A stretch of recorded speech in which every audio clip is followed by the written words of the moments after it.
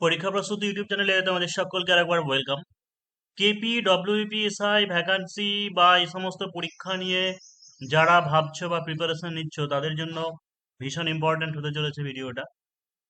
এবং জানিয়ে রাখি যে ডব্লিউবিপিএসআই, কেপিএসআই, এক্সাইজ এসআই এর অলরেডি ব্যাচ স্টার্ট হয়ে গেছে, চলছে। নতুন ব্যাচ সেটা হচ্ছে জুন মাসের 1 তারিখ থেকে শুরু করা হবে। অ্যাডমিশন চলছে। তোমরা যারা জয়েন করতে চাইছো কনস্টেবল প্লাস এসআই বা শুধু কনস্টেবল বা এসআই আলাদা আলাদা, 7797427474 এই নম্বরে হোয়াটসঅ্যাপে কন্ট্যাক্ট করে নিতে পারো। এবার যে বিষয়গুলো বলতে চলেছি, যে বিভিন্ন সোশ্যাল মিডিয়া মারফত বা বিভিন্ন জায়গাতে তোমরা অনেক কিছু জানতে পারছো যে এই ভ্যাকান্সি রয়েছে, ওই ভ্যাকান্সি রয়েছে, পুলিশে 50,000 নিয়োগ, অমুক তমুক। তাদের উদ্দেশ্যে বলে দিই যে আমাদেরকে একটু প্র্যাকটিক্যাল হতে হবে এবং হচ্ছে বাস্তবিক হতে হবে। সেটা হচ্ছে যে এত ভ্যাকান্সি, সমস্ত যা ভ্যাকান্সি আছে থাকলেই সবকিছু রিক্রুটমেন্ট হয় না। যেমন হচ্ছে কলকাতা পুলিশের ক্ষেত্রে দেখা গেছে যে কনস্টেবলে 12,000 14,000 ভ্যাকান্সি রয়েছে, এসআই এর ক্ষেত্রে অনেক ভ্যাকান্সি রয়েছে, ড্রাইভারের ভ্যাকান্সি রয়েছে। কিন্তু এটুকু জেনে রাখো যে কেপি কনস্টেবলের ক্ষেত্রে হ্যাঁ অবশ্যই ভ্যাকান্সি আসবে, মোটামুটি 5-6 হাজার ধরে রাখতে পারো। এসআই এর ক্ষেত্রে যেটা অনেক ভ্যাকান্সি যেটা শোনা যাচ্ছে, সেটা খুব জোর হলে 500, 550 বা এরকম একটা হওয়ার সম্ভাবনা। ঠিক আছে, ড্রাইভারের ক্ষেত্রে 600, হ্যাঁ এটাও হতে পারে। সে যাই হোক, ডব্লিউপির ক্ষেত্রে ভ্যাকান্সি আছে, ডব্লিউপি এসআই, ডব্লিউপি কনস্টেবল, সেগুলো আস্তে আস্তে আসবে।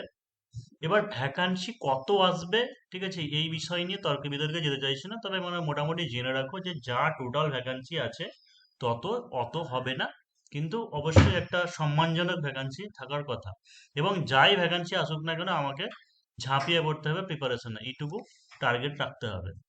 এবার সব থেকে চিন্তার যেটা কারণ সেটা হচ্ছে যে এক্সাম সিলেবাস কি চেঞ্জ হবে। এক্সাম সিলেবাস কি চেঞ্জ হবে? দেখো, অফিসিয়ালি তো এখন কেউ কিছুই জানে না, শুধুমাত্র বিভিন্ন সোশ্যাল মিডিয়া মারফত বা বর্তমান হয়তো সিএম যেটা বলেছেন সেই সূত্র মারফত শুধু আমরা গেস করতে পারছি বা অনুমান করতে পারছি। বা যেখানে যেখানে বর্তমান রুলিং পার্টি যে সমস্ত রাজ্য স্টেটে রয়েছে, সেই সমস্ত রাজ্যে যদি দেখা যায় তাহলে যে ডেসক্রিপটিভ পার্টটা নেই, বা কোথাও এরকম আছে যে লোকাল যে ল্যাঙ্গুয়েজ সেই ল্যাঙ্গুয়েজের উপরে বা বাংলা ইংরেজির উপরে হয়, বা মানে অন্যান্য জায়গায় হয়তো হিন্দি বা হিন্দি ইংরেজির উপরে একটা হয়, সেখানে কিন্তু একটা কোয়ালিফাইং মার্কস থাকে এসআই এর ক্ষেত্রে। আমি আগে এসআইয়েরটা বলে নিই।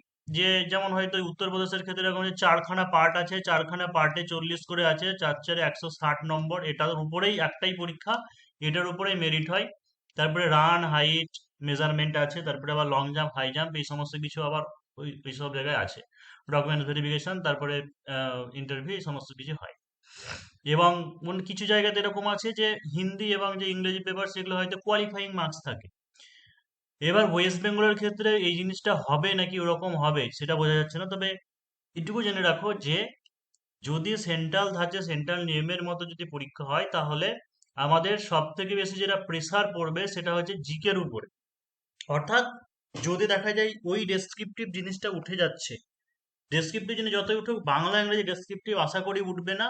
বা যেটা ওটাতে মেরিট হতো সেটা মেরিট না হলে কোয়ালিফাইং নেচার অন্তত থাকবে, যে অন্তত মিনিমাম একটা কোয়ালিফাইং করে পাস করতে হবে, সেই জিনিসটা হয়তো করা হতে পারে। এইগুলো যা বলছি সবই কিন্তু অনুমানের ভিত্তিতে বলছি যে এরকমটা হতে পারে। সেটা ভবিষ্যতে হয়তো দেখা গেলো নাও হতে পারে, কিন্তু যেটাই যাই হোক না কেন আমাদের জিকের উপর বিশেষ জোর দিতে হবে। এতদিন পর্যন্ত পুলিশের পরীক্ষার দেখবে তুলনামূলক জিকে কিন্তু ইজি হয়েছে, মানে সেন্ট্রালের তুলনায় এই জিকে কিছুই নয়, কিন্তু এখন জিকে তে আমাদের বেশ জোর দিতে হবে, এবং হচ্ছে ডেপথ নলেজ থাকা দরকার, এবং হচ্ছে ডেপথে ভালো করে পড়তে হবে, সায়েন্সের সাবজেক্টগুলো ভালো করে পড়তে হবে। সেই সঙ্গে ম্যাথের কিছু যেগুলো আমরা চিরাচরিত যে সমস্ত যেগুলো ছিল সেই সমস্ত বাদ দিয়ে একটু অ্যাডভান্স লেভেলের অ্যাডভান্স ম্যাথ, এই সমস্ত জিনিসে কিন্তু অনুশীলন করতে হবে, প্র্যাকটিস করতে হবে।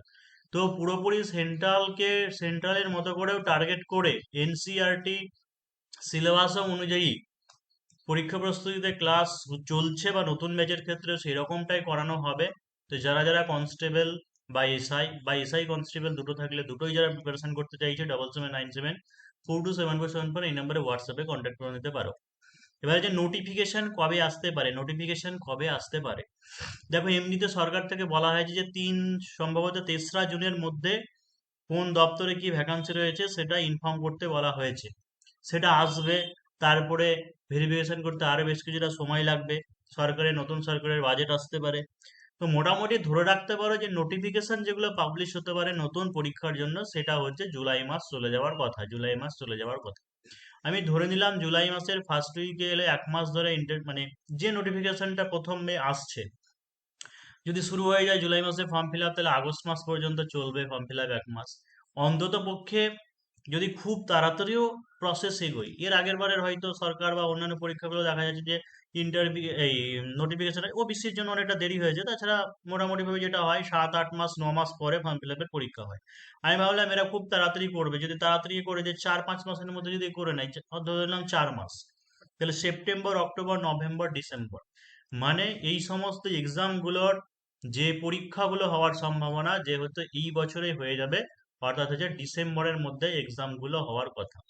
যদি তার আগেও ধরে নিই নভেম্বর হতে পারে, তাহলে এটা মে মাস শেষ হতে হলে জুন, মানে June July August September October November, মানে আমাদের প্রিপারেশন নেওয়ার জন্য হাতে যেটা সময় থাকছে সেটা হচ্ছে কিন্তু 4 থেকে 5 মাস। ঠিক আছে, যদি খুব তাড়াতাড়ি প্রসেস করে দেয়, দেরি করলে যদি ঢিলেমি করো তাহলে দেরি হতেই পারে। কিন্তু আমাদেরকে টার্গেট রাখতে হবে, যে আমাদের আশাবাদী থাকতে হবে যে নতুন সরকার বা কিছু হয়তো যদি ইতিবাচক পড়ে বা যদি তাদের মেন্টালিটি থাকে চাকরি দেওয়ার যুব সমাজকে বা করার, সেই হিসেবে কিন্তু তাড়াতাড়ি করাতে পারে। তবে সেই ক্ষেত্রে আমাদের হাতে সময় থাকছে 4-5 মাস। তাই এখন থেকে যদি প্রিপারেশন না নাও, দেখো সিলেবাস চেঞ্জ হলে হওয়ার কি হবে, চেঞ্জ হওয়া হলে ডেসক্রিপটিভ যেটা আছে ডেসক্রিপ্টটা কমিয়ে দেওয়া হবে, বাংলা ইংরেজি কোয়ালিফাইং নেচার হবে। আমি এসআই এর ক্ষেত্রে বলছি, কনস্টেবলের ক্ষেত্রে তো কোনো কিছু হবে না, কারণ ডব্লিউপি কনস্টেবলে এমনিতেও এবার 85 নম্বরের একটাই সিঙ্গেল পরীক্ষা হয়েছে, কেপি কনস্টেবলে ওটাই হওয়ার কথা, কিন্তু যেহেতু ওটা আগের রিক্রুটমেন্ট বলে আগের প্রসেসে চলছে, তো এইটুকু ধরে রাখো কনস্টেবলে সিঙ্গেল পরীক্ষা একটাই, ওটা কোনো মানে আর সংশয়ের কারণ নেই। কিন্তু এসআই এর ক্ষেত্রে কি হবে সেটা, তবে এইটুকু জেনে রাখো যে কনস্টেবল থেকে এসআই যেহেতু গ্র্যাজুয়েট লেভেলই, তাই শুধু এসআই এর একটা এক্সাম এরকম হবে না, মেন্স ওর থাকবেই। সেটা জিকে বা ম্যাথ হয়তো ডেসক্রিপটিভটা উঠে যেতে পারে, সেই সম্ভাবনা থাকলেও থাকতে পারে, কিন্তু ডেসক্রিপটিভ হবে বাংলা ইংরেজি থাকবে, এইটুকু একটা কনফার্মেশন রাখো। এবার এত চিন্তার তো কিছু এখন কারণ নেই, কারণ আসল ব্যাপারটা হচ্ছে তোমাকে মেরিট যেটা হবে বা জিকে ম্যাথ রিজনিং, মানে এটা তো দেখো যা পৃথিবী ধ্বংস হয়ে গেলেও ঠিক আছে, স্বয়ং উপর থেকে কেউ নেমে এসে, উপরওয়ালা যদি নেমে এসেও যদি বলে যে চেঞ্জ করতে হবে সিলেবাস, তাও জিকে ম্যাথ রিজনিং এটা তো কোনোদিনই বাদ যাবে না, বা কোনো স্টেটের পরীক্ষায় বা কোনো সেন্ট্রালের পরীক্ষায় যাতেই থাক, যে জিকে ম্যাথ রিজনিং থাকবেই, হবেই। পিএসসি তে রিজনিং গুলো থাকে না, মিসলেনিয়াস এই ম্যাথ থাকে, কিন্তু সেখানেও রিজনিং এর কোশ্চেন ভরে দেওয়া থাকে। তাই যে জিকে ম্যাথ রিজনিং থাকবেই, তাই জিকে ম্যাথ রিজনিং কে তোমাকে স্ট্রং করতে হবে, সে প্রিলি হোক মেন্স হোক, সে এসআইয়ের পরীক্ষা হোক কনস্টেবলের পরীক্ষা হোক বা অন্য যা এনিথিং যা কম্পিটিটিভ লাইনের হোক।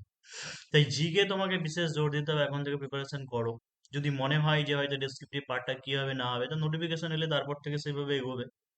আর হচ্ছে অধ্যায় ভিত্তিক হচ্ছে খুঁটিয়ে পড়া, এখন থেকে হচ্ছে অধ্যায় ভিত্তিক, মানে শুধু ওই এমসিকিউ পড়ে নিলাম ওরকম করলে হবে না। হয়তো আমি যদি লাইফ সায়েন্স ধরি, একদম প্রথম থেকে লাইফ সায়েন্সের যে বিভিন্ন শাখা ব্রাঞ্চ রয়েছে, কোষ কলা, আস্তে আস্তে মানে পরপর স্টেপ, বিভিন্ন অঙ্গতন্ত্র এইভাবে স্টেপ বাই স্টেপ আমাকে পড়ে যেতে হবে, সেন্ট্রাল জিকে ধাঁচের মতো ফোকাস করে যেতে হবে। তারপরে যে এনসিইআরটি সিলেবাসকে ফলো করা, অর্থাৎ এনসিইআরটি সিলেবাস অনুযায়ী যা যা সিলেবাস যেমন আছে সেরকম করা।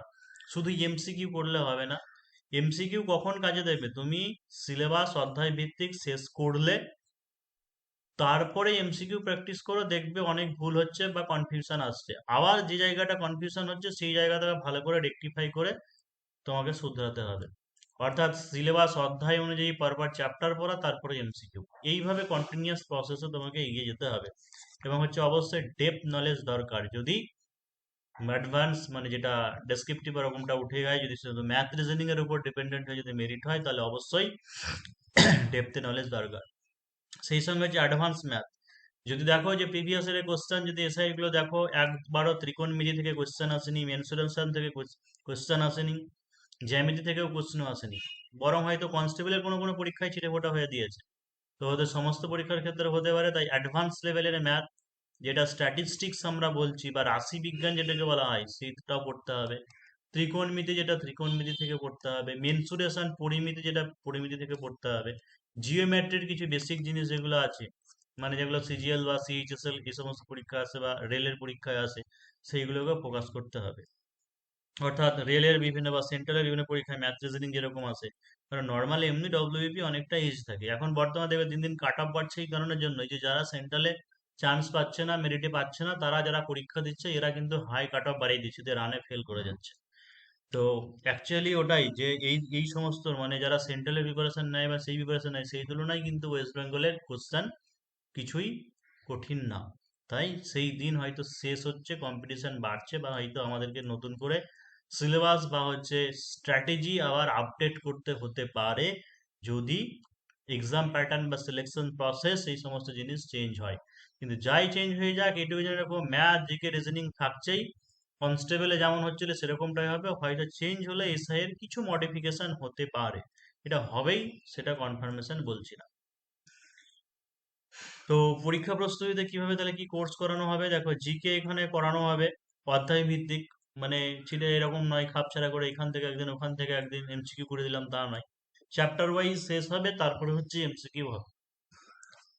অর্থাৎ সায়েন্সকেও খুব একদম ডেপথে পড়ানো হয়, যে কেমিক্যাল বন্ডিং, পিরিয়ডিক টেবিলের মতো চ্যাপ্টার, অর্গানিক কেমিস্ট্রি, এই জিনিসগুলোকেও ডেপথে পড়ানো হয়। বায়োলজিক্যাল সায়েন্সের বিভিন্ন জিনিস সায়েন্সের পড়ানো হয়, সেই সঙ্গে ইতিহাস, ভূগোল, ওইগুলো তো রয়েছে, ইন্ডিয়ান পলিটি। ঠিক আছে, অন্যান্য পরীক্ষায় যেমন সংবিধান বা আইন বলে, ল বলে একটা আলাদা করে সাবজেক্ট আছে, পুলিশের পরীক্ষায় যেমন এটাকে গুরুত্ব দেওয়া উচিত, সেই হিসাবে হয়তো নতুন একটা সাবজেক্ট আবার ঢোকার সম্ভাবনা থাকতে পারে। বা ইন্ডিয়ান পলিটির উপরে বেশি জোর দেওয়া হতে পারে, সেই জন্য ইন্ডিয়ান পলিটিকে পুলিশের পরীক্ষায় জোর দেওয়া বেশি উচিত, বা সংবিধানকে জোর দেওয়া উচিত। ম্যাথ, ওই যে বললাম যেগুলো অ্যাডভান্স লেভেলের, সেই সমস্ত ম্যাথ সহ যেগুলো কমন চ্যাপ্টার করানো হচ্ছে হবে। সেই সাথে হচ্ছে রিজনিং, রিজনিংও তোমার easy to moderate two hard level, advance level করানো হবে। সেই সঙ্গে যে বাংলা, আবগারির পরীক্ষায়, আবগারি কনস্টেবল বা হচ্ছে আবগারি এসআই বা এসআই এর পরীক্ষায় বাংলা ব্যাকরণ তো থাকবেই। সেই জন্য বাংলা ব্যাকরণও করানো হবে, বাগধারা বা সমাস, সন্ধি বিচ্ছেদ, সমার্থক শব্দ, বিপরীতার্থক শব্দ, কারক বিভক্তি, এই সমস্ত জিনিসগুলো। ইংলিশের ক্ষেত্রে grammar plus writing, report precis translation. মানে এমনিতে চলছে, আমরা এখন অত কিছু ভাবছি না যে চেঞ্জ হবে কি না হবে। সেটা না হয়ে ওল্ড যে ব্যাচ, সেই ওল্ড ব্যাচে report precis translation, English grammar সবকিছুই চলছে। আর ইংলিশ গ্রামারও যদি বা চেঞ্জ হয়ে যায় ডেসক্রিপটিভ, তাহলে ইংলিশ গ্রামার কিন্তু থাকবে, সেন্টেন্স এরর বা ভয়েস চেঞ্জ বা এই যেগুলো যেরকম থাকে যে জিনিস। তো অত কনফিউশনে না থেকে যেগুলো কমন, মানে কোনোদিনই চেঞ্জ হবে না, সেই সমস্ত সাবজেক্টগুলো তো পড়াই যায়, তাই না? তারই মাঝে নিশ্চয়ই অনেকে মিসলেনিয়াসের ফর্ম ফিল আপ করেছে, ক্লার্কশিপ করেছে, পিএসসির এই সমস্ত এক্সামিনেশনের সিলেবাস আশা করি চেঞ্জ হবে না, ওদের ডেসক্রিপটিভ যেমন যা থাকে সেই রকমই হবে। তো সুতরাং প্রিপারেশন করো জোর কদমে। এখন নোটিফিকেশন বা সিলেবাস না আসা পর্যন্ত জিকে ম্যাথ এই সমস্ত জিনিসগুলোকে ভালো করে প্র্যাকটিস করো। তারপরে নোটিফিকেশন বা সিলেবাস আসার পরে কনফার্মেশন হলে তবে তখন এসআইয়ের সেইভাবে এগোনো যাবে। 7797427427 এই নম্বরে হোয়াটসঅ্যাপে কন্ট্যাক্ট করে নিতে পারো। নতুন ব্যাচ জুন মাসের 1 তারিখ থেকে জয়েন করার জন্য অলরেডি অ্যাডমিশন স্টার্ট হয়ে গেছে। তো অবশ্যই নম্বরে হোয়াটসঅ্যাপে কন্ট্যাক্ট করে নিতে পারো।